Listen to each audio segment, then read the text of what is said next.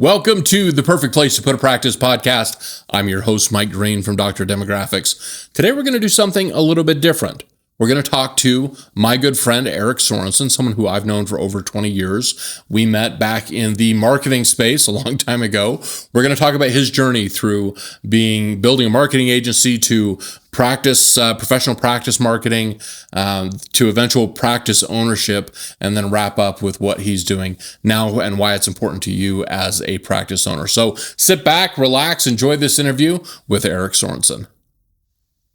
All right, we're here with Erik Sorenson. Erik, I was just thinking this morning as I was out for my walk that I think that you and I have known each other for about 20 years, which is pretty crazy. I was thinking about the first time I met you. I was a young budding marketing director for a golf course retirement community, and I think you had kind of just started your career at that point too. Of course, I'm talking like early 2000s at this point. And I think you came in and pitched me on a marketing package or something like that. Do you remember that? I do remember that. Yeah. We were actually talking about, becoming your ad agency at the time. I started an ad agency and I remember that. I didn't realize it was that long ago because it doesn't seem like that long ago. It doesn't seem. And it's funny because over those 20 years, like we've never really directly worked with each other, but our paths have kind of intersected. You had a great marketing company in St. George. I was involved with that space for a long time. Anyways, we had someone that worked for me at Sun River. I think you ended up hiring her over at your marketing agency, and so it's just funny. And then your wife, I knew your wife before you guys got married through the Tri Club. And anyway, that's right. I forgot about that. This story is long. But Erik, why don't you first of all, welcome to the podcast. Here at Dr. Demographics, Perfect Place to Put a Practice podcast. So just so your information, our audience is primarily doctors that own a practice, doctors who are associates that are looking to own a practice, and then students. And so we have a lot of dental students that listen to the podcast, and a long-time listeners. We've been doing this for over 10 years, over 300 episodes. So number one, shout out to all of you that are listening to us, and hopefully you'll find today's content good. I know you will, because I've known Erik for a long time, and I know he's got a really awesome story. And why don't you start there, Erik? Kind of just tell us your background, your rise, what you did originally, what got you into what you're doing now, that kind of stuff.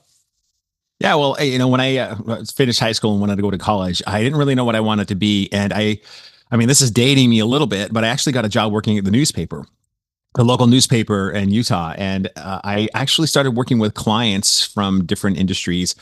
And really, as a newspaper rep, all you're doing is placing ads in the newspaper, right? Display ads. And so I ended up kind of falling in love with the cause and effect of advertising. And there was something like magical about, hey, I'm meeting with a business owner.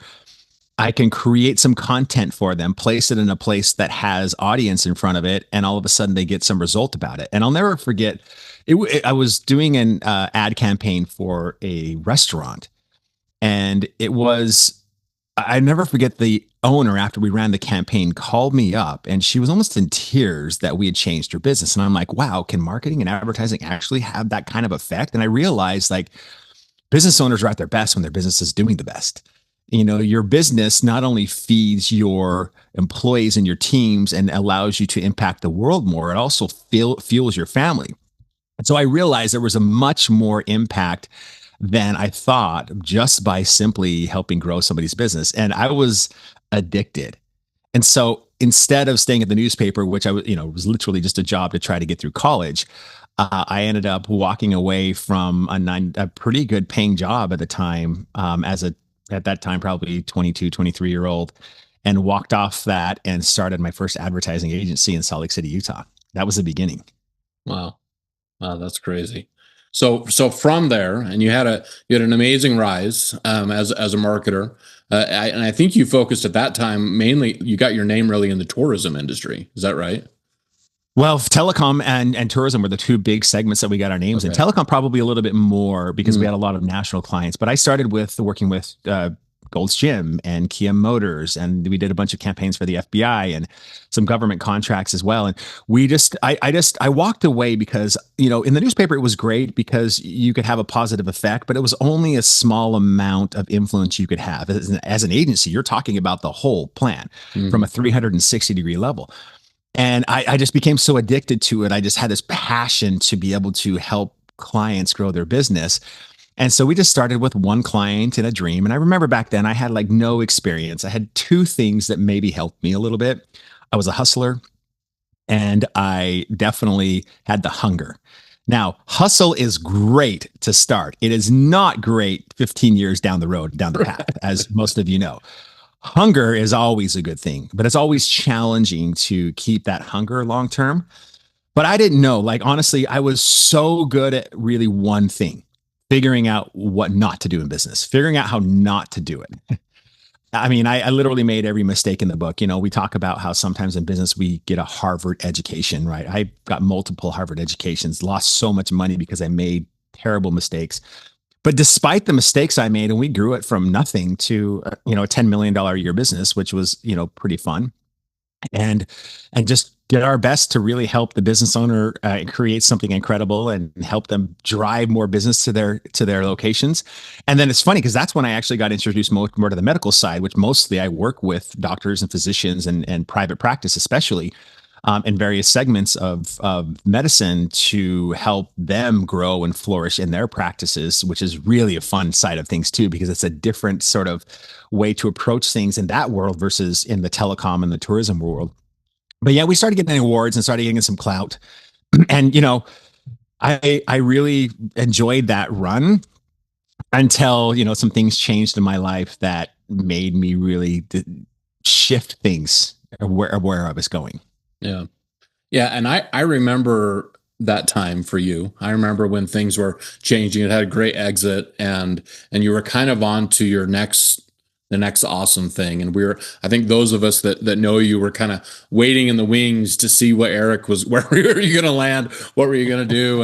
And for those of you that aren't familiar with Erik, he's a fantastic speaker, has been on many, many stages, and has spoken with some of the biggest names out there. And so you definitely did that for a little while, but then I know that you got involved with the audiology space, and that really has taken, I don't know if it's a pivot, but it's definitely taken a new branch on your career. Tell us a little bit about that.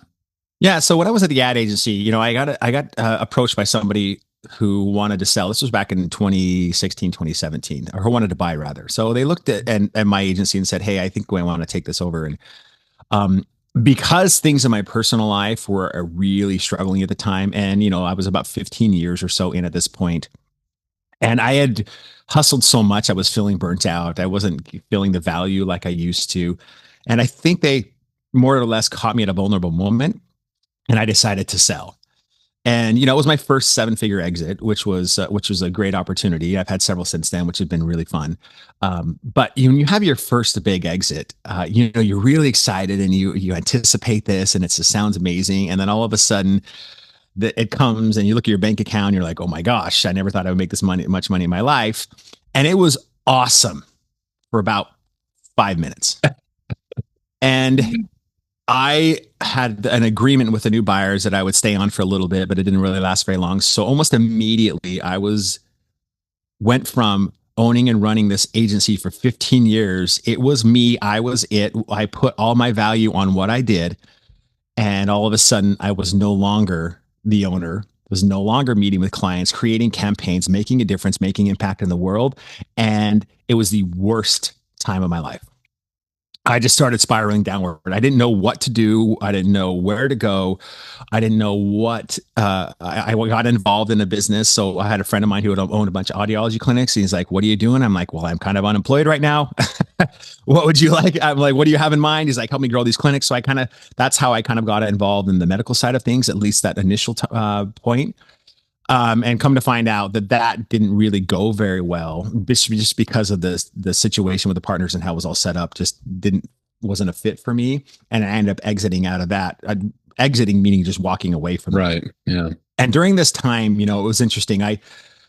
I remember a really dark time that I didn't know where to go. I had gone through a bunch of personal stuff at the exact same time. So it was like work and personal and family all was hitting me at the same time. And it was honestly, it was the most trying time in my life for sure.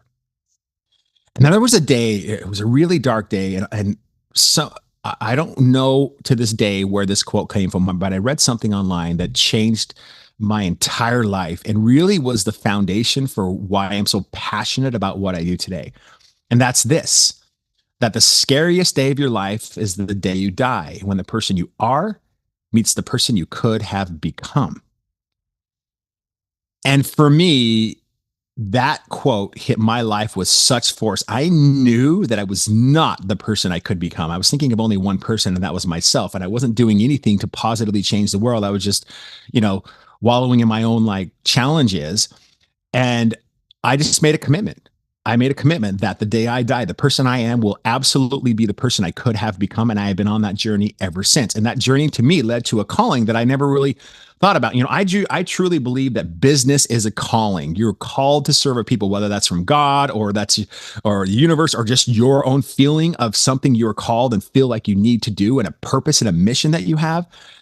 And it was through that dark time that became like this springboard for me to actually have this opportunity to feel this purpose and feel this mission and step into it.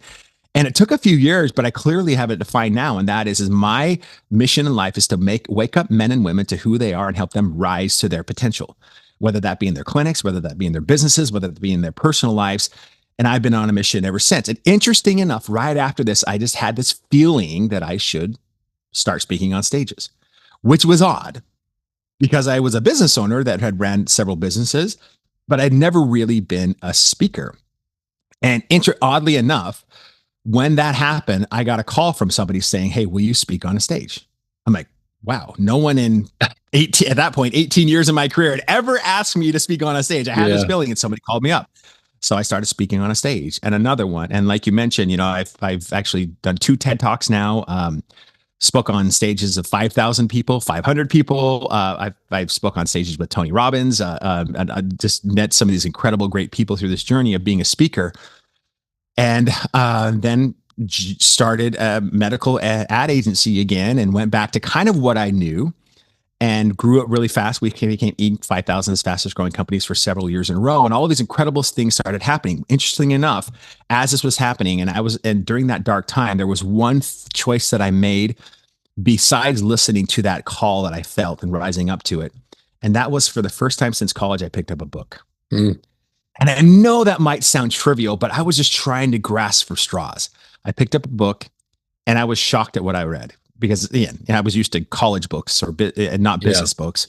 And then I read another and another. And to this day, I have never stopped. Mm. And, you know, I started investing in myself. I started attending seminars and events and masterminds and getting involved in anything I could to learn how the best in the world do it. And because I didn't really know how to run business that well, I wasn't good at it. I knew what not to do. Like, what if I could actually figure out what to do? And what if, as your business grew, your freedom actually grew and expanded, not contracted, like for most people it does? And what if there is a path where you can actually have it all in life? You know, you've probably heard the saying, Mike, that you can't have your cake and eat it too. What's the point of cake, right, if you can't eat it? Yeah. And so I started opening my eyes. I think my belief lid sort of blew up during this point when I started learning and expanding. And then all of a sudden my business started growing like crazy, and which led me to the next thing. But I'll stop there because that time in rebuilding an agency and starting working with clients again and started investing in myself was a totally different experience than my first 15 years of an ad agency. Yeah. You know, it's interesting as you talked about that.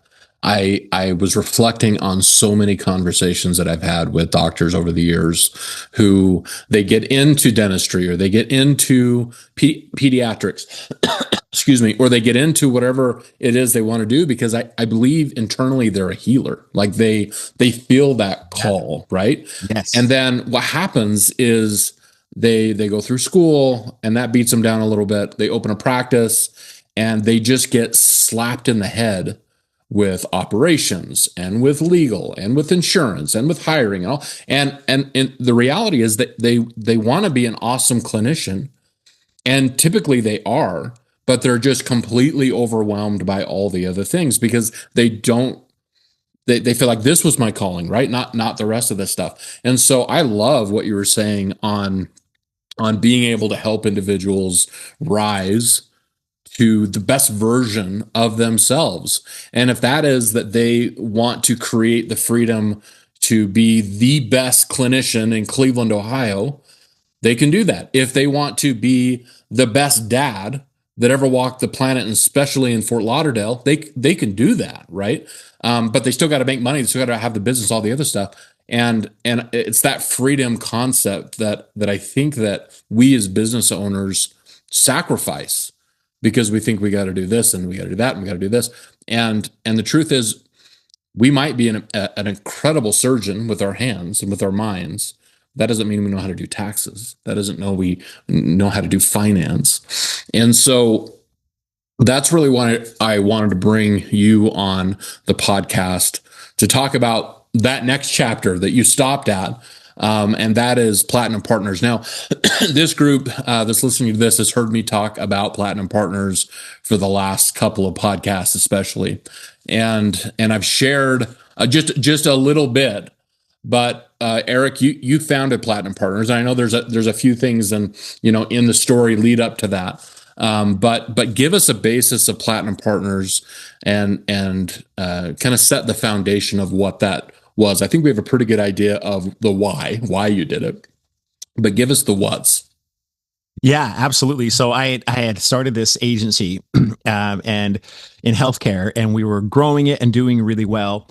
And of course, when you're on a call with a client, they're telling you about the marketing challenges that they're facing, but they're also telling you about the other 5 challenges that are going on. Like, how do I get more patients through the door? Like, how do I improve my processes and systems? I'm burnt out. I don't have time to get enough done in the day. So I kept hearing all of these things.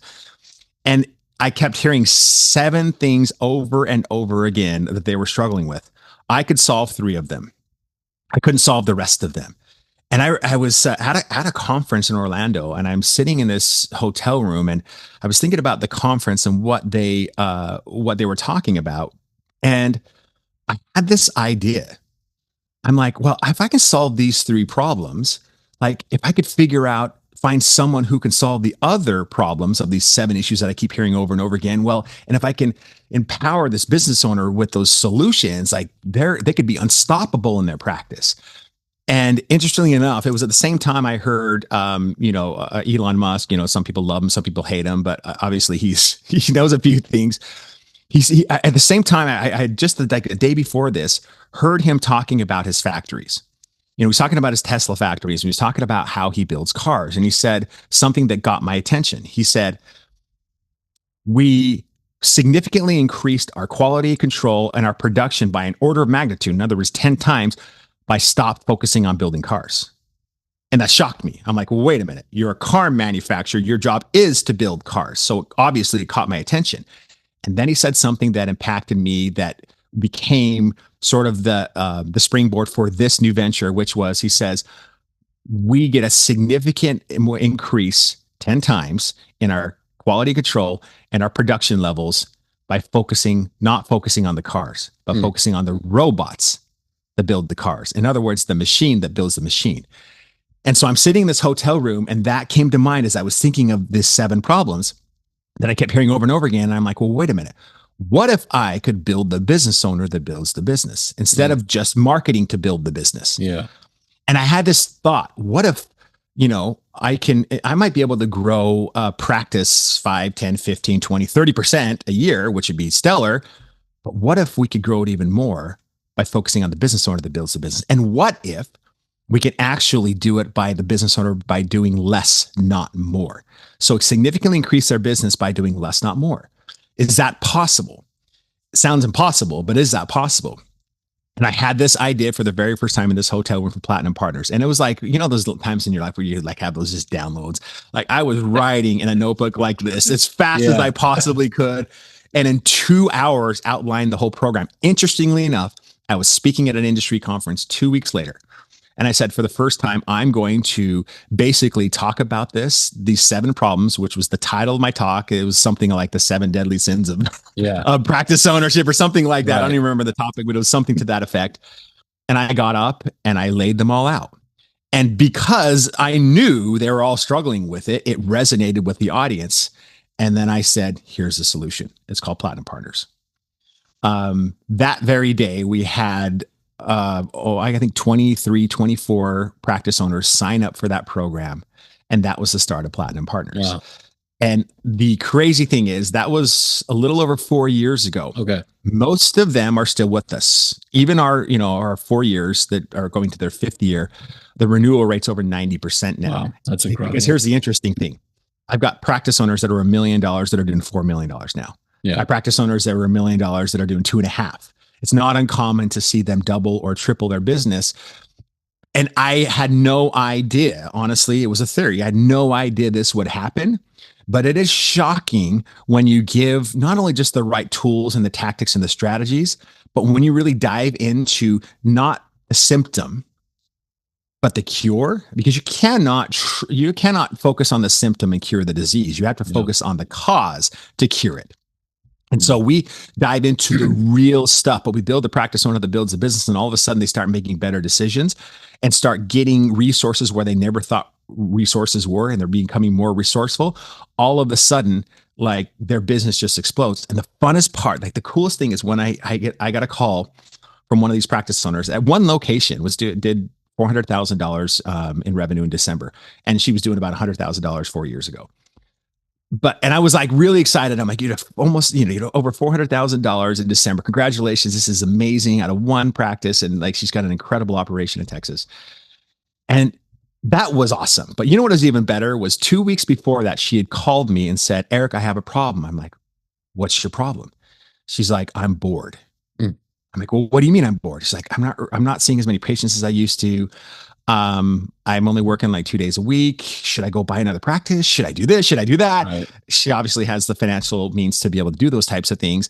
But the fact that she had a major tax problem because she made so much money the year before. Right. And so, or was about to make more money that year. Right.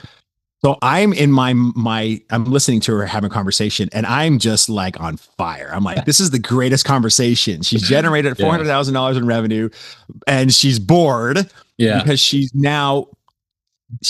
gets to go to the practice. She doesn't have to. She gets to see patients. She doesn't have to. Yeah. She gets to go on vacation if she wants to instead of going to work. She doesn't have to go to work tomorrow. Yeah. She can. She doesn't have to. She can leave for 2 weeks and come back and her business still grows. Yeah. That's what we created inside of Platinum Partners because our core value is freedom, which is and the formula and the system we use now has been really perfected over 5 years because the first year we were just trying to figure it all out and people stayed with us and it was great. And now we have the system and this process to be able to get people there. Yeah. And now I just get to wake up every day and have fun. Like, how can I change a life today? And how can I make an impact? And now it's all fun. It's just blast. Yeah. Yeah. Turks and Caicos, right? You just got back last week. For a week. Yeah, we had 77 practice owners there in Turks and Caicos. We rented a catamaran at one point. We mastermind for 2 days, had an event. We had fire dancers. We had all kinds of crazy fun stuff. And it is a fun group. We do a lot of epic things. At the same time, it's so fun to watch this system and this program transform people's lives and get back the life that they always wanted. And remove the prison of their own creation. Yeah. And now all of a sudden they go in their office and it's not a prison. Yeah. It's the path to freedom. Yeah. Well, and that's the interesting thing is at Dr. Demographics, we so often get those doctors that are in prison. Literally they will say, Mike, if I have to drive to work one more day and deal with those people, and he's talking about both his patients and his staff, he's like, I'm done. Like, I just can't do this anymore. And the problem is in many of those cases, like the clinic is fine. Like they're making money, they have patients, all those things, but the rest of that doctor's life is a mess. And I think that so often in this industry, everything is so focused on the clinical side of things. Yes. And so often the rest of everything is neglected, whether that's hiring or marketing or saving a marriage in many cases, or getting you to the place where your kids don't hate you. Like there's a reason why our industry has a really high suicide rate. And that's terrible. We should not be okay with that. And I love there's two things, and I've been in this industry for a long time, and so there's lots of masterminds, there's lots of groups, there's lots of all the kind of things. But there's two things that really stood out to me when I was learning about Platinum Partners, and one of them you mentioned that was the renewal rate. That's always the ultimate litmus test, right? Of, is this program actually working? Because anybody can get sold into something once, right? But doctors are smart. They're not going to continue on something that's not working. But yes. The other number that I have shared a couple times on my last couple podcasts is the number 43.7. Why is that number significant, Eric? I'm going to let you talk about that. Well, that was the average growth that the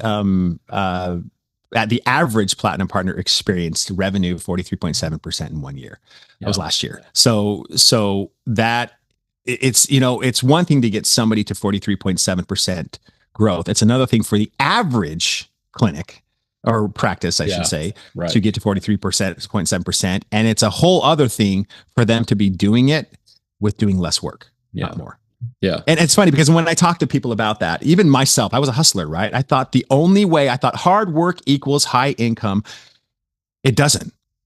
I met people in my family are some of the hardest workers I've ever seen in my life. Friends that I've had are the hardest workers I've ever seen, harder than me. And they've never made that much money in their entire lives. Because if you really think about it, one of the biggest challenges with a practice owner that's also, a clinician, that's somebody they're seeing their dental patients all day long, is the fact that you're trading time for money. And if you want to stay stuck and in prison and never really make that much money, then trade time for money. Right. Because there's only so much time. Time is finite. It is not infinite, like in the sense of your ability to interact with it. Versus if you want to be successful, super wealthy, then start trading money for time instead of time for money. Because, if you think about it, that there's the one thing that really makes time a multiplier is when you apply one thing, and that's called leverage.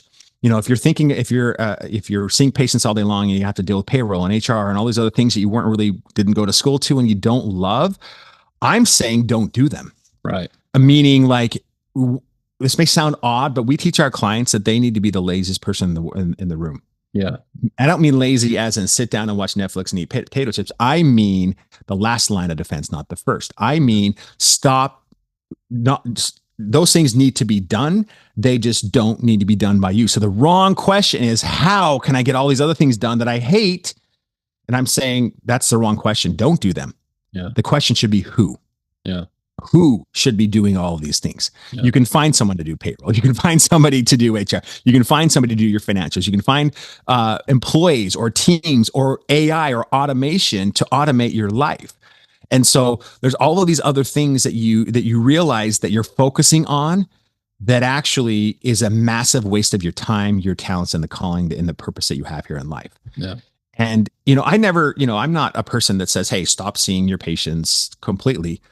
That's not the point. The point is stop having to see patients and start getting to see patients whenever you want. Yeah. Massive difference between those two things. Yeah. One is a life of freedom. One's a life of prison. Yeah. Yeah. No, it's so interesting. And I think that on a basic philosophy, people understand that. Like they get boy, if I could just get all that stuff. But that's very different from the doctor that is beat down and walking into his practice all day and just doesn't know how to do that. Right. And that's why I always harp on the importance of a coach, a good mentor, a good group, a framework that you can utilize that, because you're not, a dentist is not inventing the wheel. This has been done for a very, very long time. Yeah. But what they need is a framework. They need a mentor.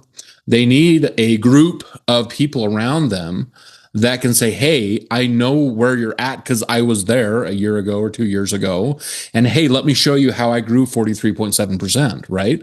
And that's the missing piece that I think that, especially I'm thinking of dentists, and I know a lot of other specialties as well, but dentists so often are on an island. Like they go to their association meetings, and they go to their workshops and whatever.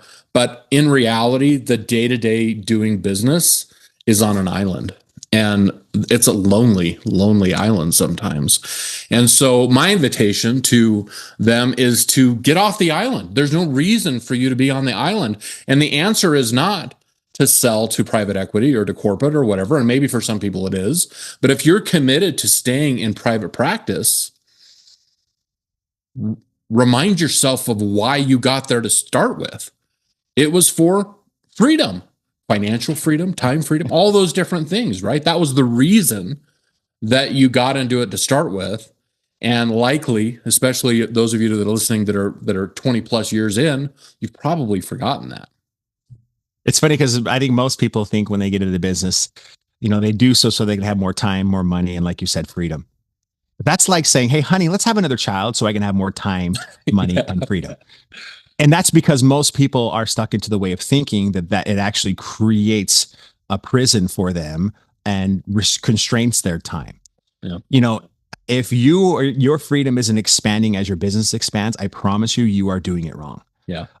If you look at a lot of the founders that are running big companies, 100 million, $1 billion companies, it's shocking how hands off they are, almost irresponsibly hands off in a sense. Yeah. Yes, they direct, and yes, they do all these amazing things, but some of the best founders I know are the most free people. And every time they buy another company, they're all excited because great, there's another level of freedom that I can unlock in myself, and I can be at the ski resort or do whatever I want. And that sounds completely counterintuitive, but it's not when you apply leverage. Yeah. Most big founders that I know, they have anywhere from 3 to 5 direct reports. That's it. Some of you have 28 employees that all report to you. Yeah. It just can't be done. So it really is. It is not only it's a strategy and a tactic and a tool, but it actually starts with how you think. I truly believe that you cannot have the freedom and the success that other people have until you install beliefs that create that freedom. And it's interesting is when you install those beliefs in your mind that actually can create the life that you want, all of a sudden your outcomes dramatically shift and change. And it's not dramatic, like sometimes it is, but not often dramatic changes. It's just tiny tweaks.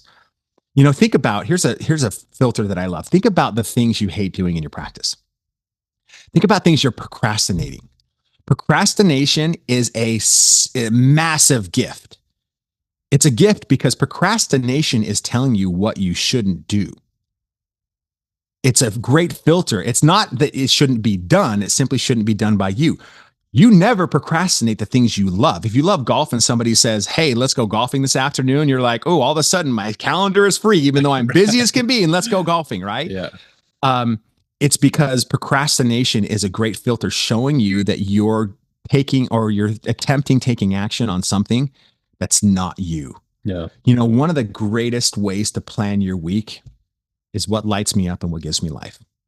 If you add what lights you up and what gives me life to what gives the most value to this practice and generates the most revenue, and you stay in that lane and you find a who for every other how in your practice, your life is going to completely change. And you're never going to walk in at the practice looking at the door saying, what's waiting for me on the other side? Yeah. You're going to say, I can't wait for what's on the other side of this door. Yeah. Yeah, and what's true about that, and what I love is it's contagious. And when you, as the leader, the doctor or practice owner or whatever, when you master that piece, that spreads to your staff, and your staff starts doing the same thing, and they start following suit, and they're experiencing freedom in their own way as well. And outside of the office, it spreads to your family, so to your spouse, to your kids, they're seeing it as well, because they don't have to deal with dad just being grumpy for the few hours that he's home, right? And it's heartbreaking for me, honestly, to meet these doctors. And we've worked with thousands upon thousands of doctors over the last 30 years. And it's a heartbreaker sometimes, Yes. because these are amazing people. These are healers in our society who have been beat down and beat down and beat down. And use the spark, the light is gone from their eyes. And the worst part about that is the answers are there. They just haven't found them yet. And so my invitation now, specifically on the dental side, and I don't want to exclude anybody that's not in dental, because if you're listening to myself and to Erik talk about this, and there's a clarion call going on in your head, and say, I need to find out about this, then please reach out to me at mike@drdemographics.com. But for you dentists specifically, and as many of you know, we're most known in the dental field, please visit apexplatinumpartners.com. And on that page, you can find out a ton more about Platinum Partners, specifically the overview of the program, but also here's some pretty incredible testimonials of doctors, of practice owners that have been in the group for 4 or 5 years and have experienced that kind of growth consistently year after year. And it lays it out really well, and you can tell it's been designed by people that have practice experience, and it's not just some opportunistic marketer out there that says, hey, I can grab these doctors because they have lots of money. That you can tell that this program is not that. It's all heart. So Erik, I'll give you the last word here. Well, in fact, when I came into the medical space, it's different working with patients than it is consumers that want to buy a internet, TV, and phone program, or people that want to join Gold's Gym, which was most of my agency experience, before 2017. And I was so passionate about this. I had to understand patients. I had to understand doctors, what they're all about. I had to understand the journey. So this probably wasn't the smartest move, but I bought 7 practices in Arizona. Yeah. Which wasn't necessarily my passion or my calling, but I had to go through that, because remember, at the time I still owned the ad agency, had Platinum Partners. So I was testing both the marketing and automation side of things, and AI at the time. And I was also testing, the patient journey, what their challenges are, what it's like to actually be in the trenches like these physicians are, and what they're experiencing. And boy, did I get it. Yeah. But it was great. I mean, we were able to grow the practice significantly over 4 years. I ended up exiting selling in 2021 for one reason. This is my calling, Platinum Partners, what I'm doing now. This is what I want to do the rest of my life. This is what I'm passionate about. But I was so grateful for those 3 years of owning the practice, so I could really understand the game from the inside out. So yeah, my goal truly is to have the most impact I possibly can in the world today. And the best way I know to do that is to build the business owner that builds the business, and have them impact the world, which multiplies my ability to change a life. And it's just so fun to get that call when somebody says, this changed my life, or my marriage is improved because of this. My goal is in the practice itself, and Platinum Partners, is 2 things: create an extraordinary practice that leads to an extraordinary life. You have to have both. And when you have both, it's shocking how the filter of difficulty in life goes away, and you see the opportunity and the excitement, and live a life that most people won't ever have to retire from. Yeah. Where do they go, Erik? Where do they find out more information? Well, apexplatinumpartners.com. And Mike is actually going to be leading this out. I'm very much a part of this. It's my baby, my creation. We have Platinum Partners in real estate. We have Platinum Partners in hearing healthcare, dental now. And so this is a tested thing that we're putting into multiple industries. If you want to learn how to grow your practice, and by doing less, not more, and you want to have more freedom, and frankly, have a ton of fun and being around other successful practice owners that either have experienced the challenges you're experiencing, are experiencing them, or will in the future, because those things always happen, then this is definitely the group from you. Awesome. Thank you so much, Erik, for taking time to be with us today. And we make that invitation. Like I say, if you have something that was going off in your head, in your mind, that this is something that is at least worth exploring, don't ignore that thing. And if you're just starting out in your career, even better, because you can set the framework in the right place at the beginning to find success. And again, that freedom is theirs for the taking, but you got to go get it. So Erik, thank you so much. You're a gentleman, you're a great friend, and I appreciate you being on. Thanks, Mike.